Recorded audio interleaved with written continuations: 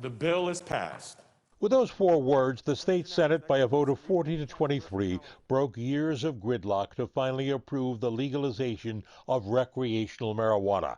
That's setting the stage for similar action by the Assembly.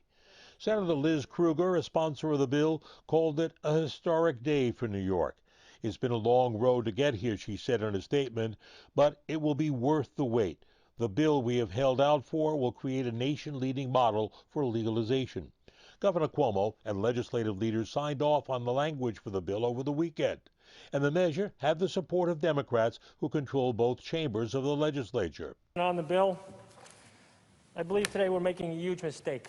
While that was the sentiment of Republicans, Democrats cited the benefits of legalizing pot, including taking distribution out of the hands of criminals. That is controlled by cartels, and they've taken control of marijuana as well as much more dangerous drugs. Key provisions of the measure: it'll permit the sale of up to 3 ounces of cannabis to anyone at least 21 years of age.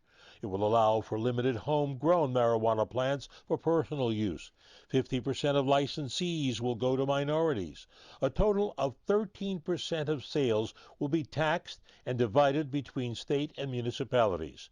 It's estimated that when fully up and running, cannabis sales will produce $350 million a year in revenue for the state of New York. I think we're not going to make any money at all. We're going to lose money as a state. The first 10 lawsuits that come about as a result of this bill is going to wipe out any tax revenue we're going to get.